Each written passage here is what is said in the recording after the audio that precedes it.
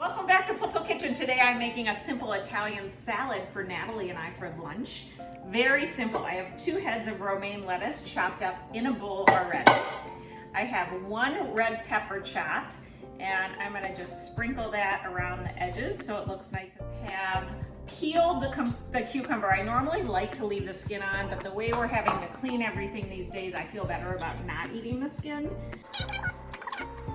Have some pepperoncinis. Love pepperoncinis. This delle'alpe is a great brand, so I like that. And then from Whole Foods, I picked up quartered artichoke hearts and whole hearts of palm. I love these. These are great staples for the pantry. Palm are also great just as a snack by themselves.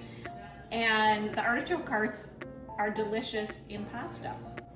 Then I have 2 radishes finely chopped that add some really nice color to the salad.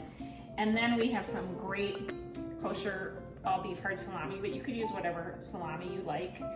And I'm gonna put that there. And optional would be some mozzarella cheese, some buffalo mozzarella, but Nat doesn't like dairy, so I'm not gonna put that in there. You're gonna season it with a little salt and pepper. And then I'm going to dress it with this Newman's Own classic olive oil and vinegar. This is a staple for sure in the pantry. I use this sometimes to marinate chicken, and it's just a great dressing to have on hand.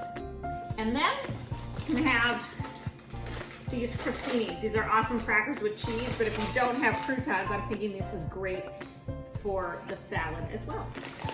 I'm gonna go toss this and enjoy it. Have a great lunch.